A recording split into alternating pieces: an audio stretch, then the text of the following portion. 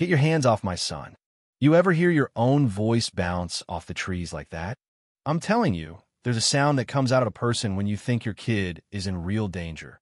It's half animal, half all the worst days of your life packed into one split second. That's the voice that exploded out of me that afternoon. Only problem? I was a heartbeat too late. Two guys, dressed up in police uniforms that looked like they came straight out of a Halloween store, already had Jack's arms twisted behind his back and were dragging him toward this sketchy black van sitting in our driveway like it owned the place. Volleying, your kid's under arrest.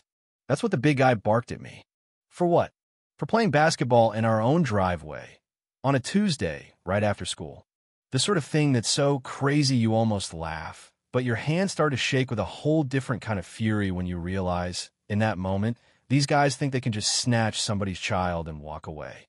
Go ahead, tell me in the comments where you're watching from, because I promise you, these two frauds had no idea what they just kicked off. See, they messed with a father who would burn the whole county down for his boy. And after 20 years as a Navy SEAL, I thought I'd met every kind of threat there is: Somali pirates, cartel hit squads, you name it. But there's nothing on earth that preps you for seeing your own kid grabbed by strangers in your yard at 3:47 p.m. on a plain old Tuesday. I just pulled in, arms full of groceries, thinking about what to grill for dinner. Jack, my kid, 16, skinny, Letterman jacket, basketball in one hand, looked up with that half grin of his. Then I heard it.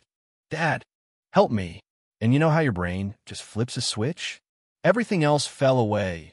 Bags hit the ground. Milk exploded on the blacktop. Bread all over the driveway. I was already moving, not thinking, just running on pure instinct. Two men in uniforms, dark blue, wrong cut, wrong fit. Badges that might fool some folks, but not me. They had Jack by the wrists. One was big, heavy set, sporting a mustache like he was born in the 70s. The other one, shorter, twitchy, eyes darting all over like he was waiting for lightning to strike. The big guy tried to slap zip ties around Jack's wrists while Squirrel eyes kept looking over his shoulder, like maybe he'd wake up and the whole thing would be over. They're taking me to detention, Dad. I didn't do anything. That's the part that wrecked me. Hearing your kid's voice shake like that, seeing fear you can't just punch away. You spend your life thinking you'll always be able to protect them. It hits different when it's happening right in front of you. Training takes over, adrenaline hits, everything goes tunnel vision. I cut them off, blocking their retreat to the van. Stop right there, I said, using that command voice that once made grown men freeze halfway across the world. Release my son and show me your warrant. Heavyset just gave me a little smirk, like he'd drawn a winning hand. Sir, we're HOA enforcement, he said, flashing this plastic badge like he was playing Monopoly. Your son violated community standards. He's going to Pine Valley juvenile detention. Every alarm bell in my head started clanging. The van's plate, XYZ 1447, wasn't even close to a real government number. Let me see some ID and paperwork, I demanded, stepping right into his space. Shorty started sweating, hands trembling, and the big guy squeezed Jack's arm even harder. This is official HOA business. Interference is a criminal offense. He was sweating too, even though it was a crisp October afternoon. And that's when the cavalry showed up. Julia Mitchell, my next-door neighbor, comes hustling out, phone in hand, filming every second. Nervous guy nearly jumped out of his skin. Ma'am, please step back, he yelled, but his voice was pure panic. I slid closer to Jack, keeping eye contact, the way I've calmed hostages and teammates before. You're okay, son. These guys have zero authority. That's when the big guy snapped. Yes, we do. The HOA authorizes us to remove problem children. And that's when the mask dropped. We don't even have an HOA, unincorporated county land, and I double-checked all of it before buying this place. I saw squirrel eyes start edging toward the van. Brad, maybe we should— Shut up, the big guy snapped. Release my son now, or I'll use whatever force is necessary to protect him, I said, dead calm. Didn't have to shout. The threat just hung there, cold as a winter creek. For a second, the big guy saw it. The difference between pretending and being. Neighbors were trickling outside, Julia still filming, her phone pointed right at them. They realized they were outnumbered, exposed, and panicked. Jack twisted free and bolted straight to me, hiding behind my back. The big guy puffed his chest. Kid's coming with us one way or another. But it sounded ridiculous now. The van's engine was already running, his partner ready to bolt. Touch my son again and see what happens. I warned, calm as the eye of a storm. The big guy wavered, hissed, "This isn't over, Miller. You have no idea who you're dealing with." As they sped off, I snapped photos, plates, van, Julia's video. Documentation, always. Jack was shaking, and truth is, so was I. I wrapped him up, making sure he was safe. My brain already running down every possible next move. These clowns thought they could use fake authority, maybe expecting some regular dad to just roll over. Wrong family. Julia came over, still recording. I got everything. Should I call 911? Absolutely. We need a report right now, Jack. Every word they said, every detail, you gotta remember. By the time the police rolled up, 12 minutes, pretty quick for our county, I was already in intelligence gathering mode. Officer James Brooks took statements, snapped photos of every scuff and tire track. But I knew, deep down, that if I wanted real answers, I'd have to dig for them myself. Jack sat at the kitchen table, hands wrapped around a mug of cocoa, eyes wide but steady. Dad, they said I was being cited for all kinds of stuff. Running in the neighborhood. Our flag being too prominent. Even my basketball hoop. It was official-sounding nonsense, all of it. Did you see inside the van? I asked. Zip ties, paperwork, smelled like new plastic and cologne. And the short guy, Derek, said they had 3 more stops today. That hit me hard. 3 more kids at risk. I hit my office, checked the plate, XYZ 147. Detective Carter ran it for me. Turns out, it was a budget rental paid for with a stolen card. Pine Valley Juvenile Detention didn't even exist. Website was a fake, stock photos, burner numbers, nothing real. I called Carter, asked for any intel on fake authority scams. Give me 20 minutes, he said. We've had 3 similar cases in 2 weeks. I canvassed the neighborhood. Johnson's down the street had these guys try to snatch their 12-year-old for riding a bike on the sidewalk. The Williams family, 2 blocks over, got threatening letters about their son's paper route. Same font, same garbage. Worse, the Andersons, their boy Marcus actually got detained for an hour until his big brother came home early. Carter called back. Same MO. Across counties, threats, extortion, and now, first time, an actual abduction attempt. They thought they could scare military families into paying up, but they've never run into someone who could flip the script. I started building a dossier.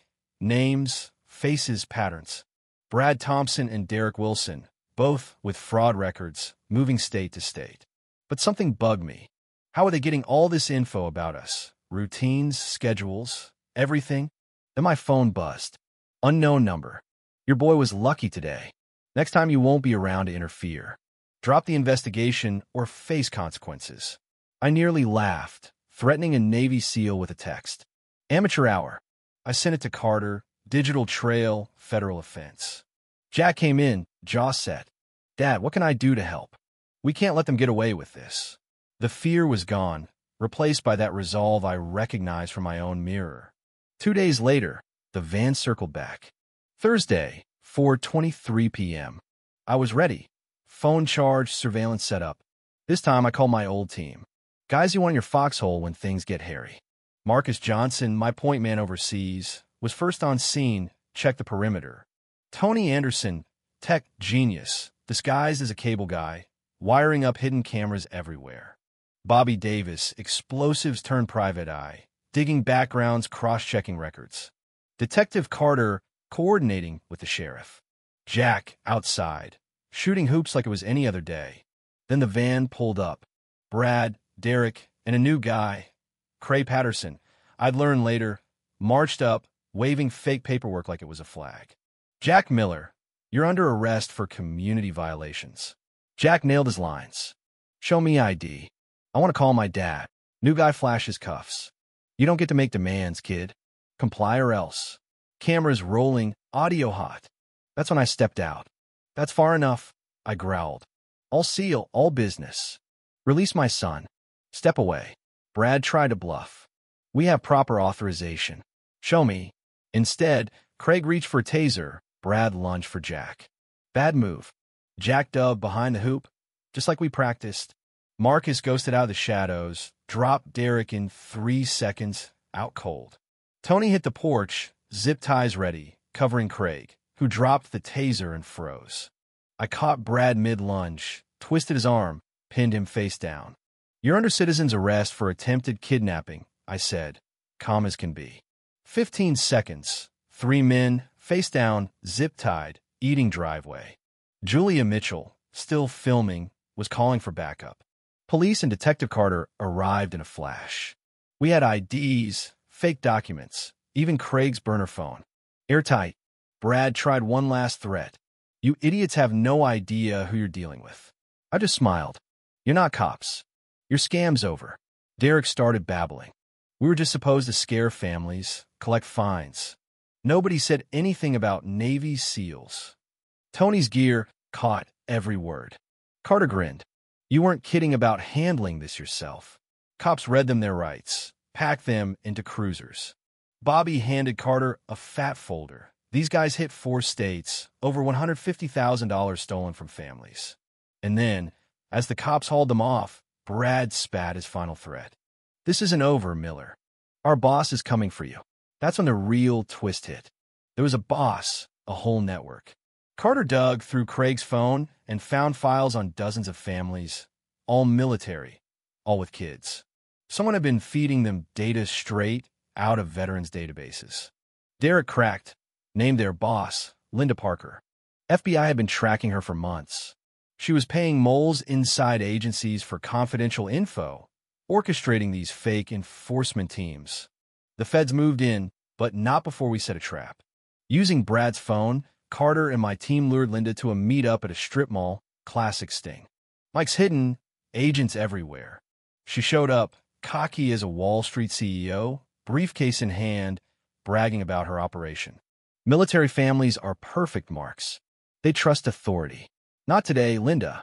I kept her talking until she admitted everything. Fraud, kidnapping, stolen data, the works. The FBI swept in, snapped on cuffs. She was floored. A week later, the whole neighborhood packed into the community center for a meeting. Families listened as Agent Smith laid out the whole case. Brad, Derek, and Craig brought in shackled, faces gray. Linda Parker got 12 years, the others 6 to 8, with orders to pay back every penny. Julia stood and asked, "You try to take a child from our street. Do you have anything to say?" Brad broke down, crying, begging for forgiveness. That felt like justice, real and raw. Jack stood tall, proud. Dad, seeing those guys brought in, facing everyone they try to hurt, that felt right. We set up a neighborhood watch, SEAL tactics mixed with small-town trust. Word got out. Military families aren't easy targets. We check credentials. We fight back. We protect our own. Even the FBI uses our story in their agent training now. So, here's my question for you. What would you do if someone came for your child? What does justice look like when danger shows up right outside your door? Drop your thoughts in the comments. Let's talk about what it means to stand up for your family, your neighbors, your community. Because around here, if you come for one of us, you better be ready for all of us.